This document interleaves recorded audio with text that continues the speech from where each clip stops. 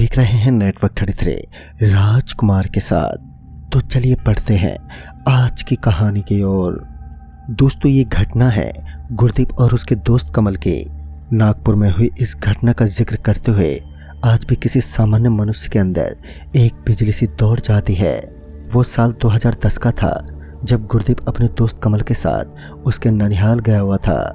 लगभग 1 महीने के बाद जब वो दोनों वापस अपने गांव लौटे तब उन्हें पता चला कि आजकल उनके गांव के अंदर एक भयानक चुड़ैल का वास है। लोगों का मानना था कि गांव के अंदर पड़ने वाले उस बड़े से ढाबे के पास उस चुड़ैल का वास है। वह किसी इंसान को अपना शिकार बनाने की कोशिश करती है। गुरदीप को यह सब बातें उसकी मम्मी ने बताई, लेकिन बचपन से ही गुरदीप इन सभी बातों को अनसुना किया करता था। उसे इन चीज़ों में कुछ खास ध्यान नहीं था, मगर कमल इन सब चीज़ों में काफ़ी ज़्यादा रुचि रखता था। अब उसकी भी इच्छा होने लगी कि वह एक बार इस गांव के अंदर रहने वाली उस चुड़ैल का दृश्य देख ले। कमल एक बार उस चुड़ैल को देखना चाहता था। दरअसल उसने सुना था कि चुड़ैल के पैर उल्टे होते हैं और वह दिखने में काफ़ी ज़्यादा खतरनाक होती है। उसने ये इच्छा अपने दोस्त गुरदीप के सामने जताई तो गुरदीप ने कहा, अरे भाई, ये चुड़ैल वेड़ैल कुछ नहीं होती यार, यह सब गाँव वालों का अंधविश्वास है। एक युवा पीढ़ी के ऐसे विचार होना भी एक लाजमी सी बात थी, लेकिन कमल कहाँ पर मानने वाला था। वो अपनी जिद पर अड़ा रहा। दिन बीतने के साथ कमल और गुरदीप एक साथ ही गुरदीप के घर पर लेटे हुए थे। इससे पहले कि कमल देर रात गांव में घूमने की कोशिश करता कि गांव के अंदर अफरा तफरी का माहौल सा मचने लगा। शोर शराबे की आवाज़ सुनकर गुरदीप और उसका दोस्त कमल अपने घर से बाहर निकले और चारों तरफ देखने लगे तो उन्होंने पाया कि गांव के एकदम बीचों बीच एक भीड़ लग रही थी। और जब गुरदीप उनके पास पहुंचा तो एक पल के लिए उसका भी पूरा शरीर बुरी तरह से कांप उठा, क्योंकि उन्होंने देखा कि एक गाय को काटकर उसके टुकड़े टुकड़े करके सड़क पर फेंक दिए गए थे। गाय माता की ये दिशा देखकर गांव वालों के अंदर बदले की ज्वाला फटने लगी थी। पहले तो किसी को समझ ही नहीं आ रहा था कि आखिर यह इतनी गंदी करतूत किसकी हो सकती है। बाद में उनका शक उस भयानक चुड़ैल पर गया, लेकिन गुरदीप को अब भी विश्वास नहीं हो रहा था कि इस गांव के अंदर कुछ ऐसा भी मौजूद है जिससे गांव के सभी लोग अनजान हैं। उस रात गांव के सारे लोग काफ़ी देर तक बातचीत करते रहे और बाद में सभी वापस अपने अपने घर लौट गए।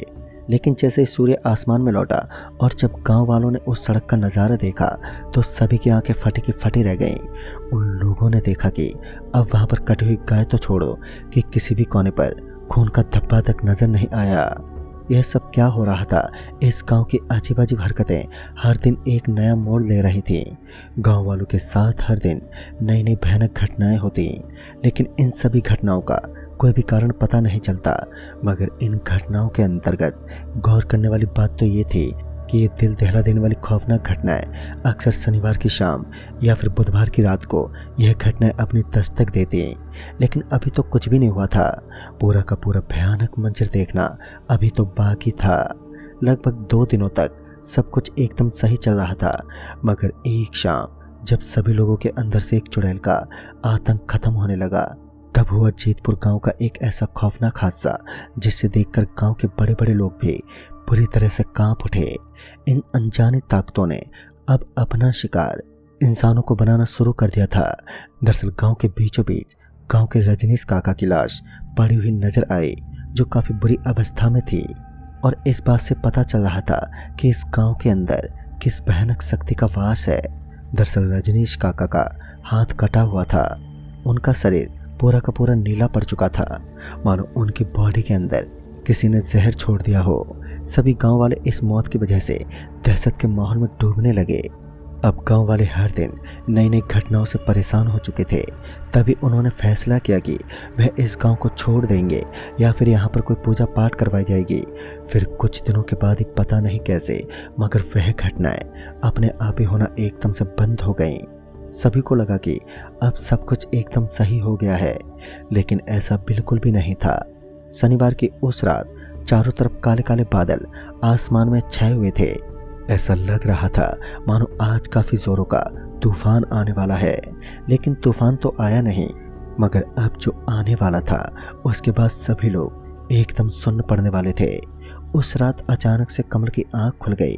वह अपने बिस्तर से उठा और आज वह अपनी इच्छा को पूरा करना चाहता था।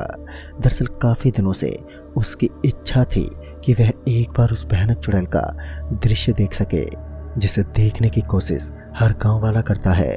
कमल चुपके चुपके अपने बिस्तर से उठा और धीमी गति से दरवाजा खोलकर अपने घर से बाहर निकला। तभी उसने देखा कि बाहर की ओर गांव की विशालकाय लाइट की रोशनी फैली हुई थी। कमल ने सुना था कि एक बार वह चुड़ैल अगर किसी को देख लेती है तो फिर वह उसे जिंदा नहीं छोड़ती, जिस वजह से कमल को थोड़ा थोड़ा डर भी लगने लगा। मगर उसने हिम्मत दिखाई और घर से निकल गया। तभी उसकी निगाहें सामने के घर की तरफ पड़ी। वहां पर एक औरत सामने का दरवाजा खटखटाने में लगी हुई थी। कमल उसे गौर से देखने लगा और उसकी निगाहें उसकी ओर टिकी हुई थी कि उसके पैर पर काफी जोर से कुछ लगा तो वो दर्द से कराहया। तब तक उसका ध्यान सामने की तरफ से हट चुका था। उसने अपने पैर की ओर देखा तो उसकी सांसें उखड़ने लगी, क्योंकि एक काले और भयानक हाथ ने उसके पैर को जकड़ रखा था। कपकपाती आवाज के साथ वो जोर जोर से चीखने की कोशिश करने लगा।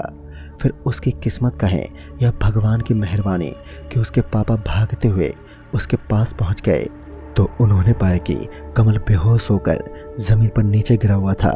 उन्होंने कमल को उठाया और बिस्तर पर लिटा दिया, मगर अब उसकी हालत लगातार गंभीर होने लगी थी। सुबह होते ही कमल की हालत में काफी सुधार देखने को मिला, लेकिन अब वो जान चुका था कि इस गांव में सच में शैतानी रूह का वास है। वो पहली बार था जब शनिवार की उस रात किसी भी मनुष्य या फिर किसी भी पशु की मौत नहीं हो पाई।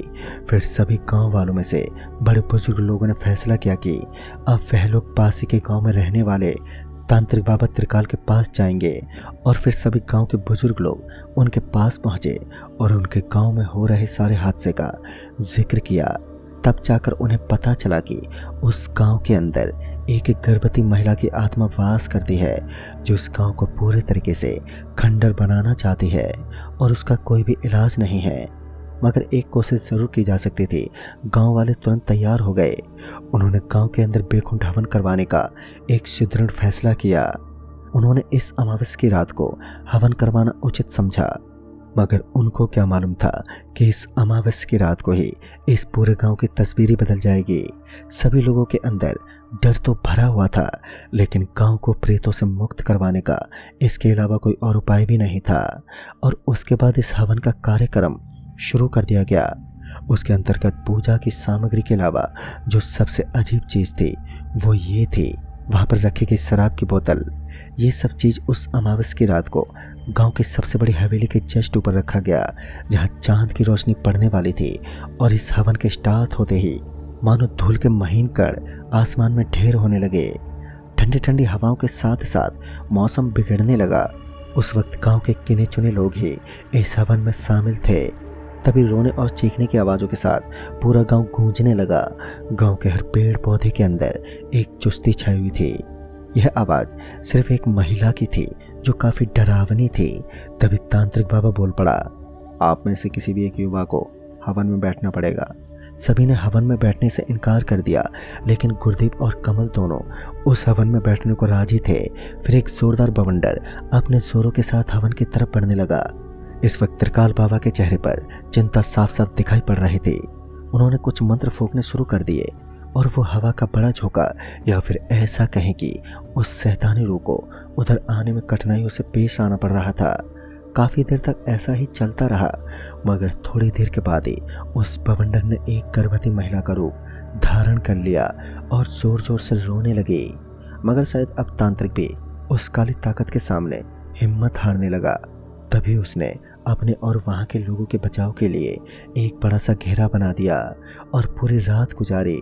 तांत्रिक ने बताया कि उस महिला की मौत के बाद उसे इसी गांव के अंदर दफनाया गया है और उसके घर वालों द्वारा ही उसे मौत के घाट उतारा गया था, जिस कारण वह हर इंसान को खत्म करना चाहती है। अब इस गांव को छोड़ना ही उचित होगा। इसी बीच खबर मिली कि गुरदेव के दोस्त कमल की लाश गांव के करीब पड़ने वाले उस ढाबे के पास मिली है। और उसके बाद गुरदेव अपने दोस्त की मौत की वजह से पूरी तरह ही टूट गया और फिर उसने अपने घर वालों के साथ उसी वक्त उस गांव को अलविदा कहा।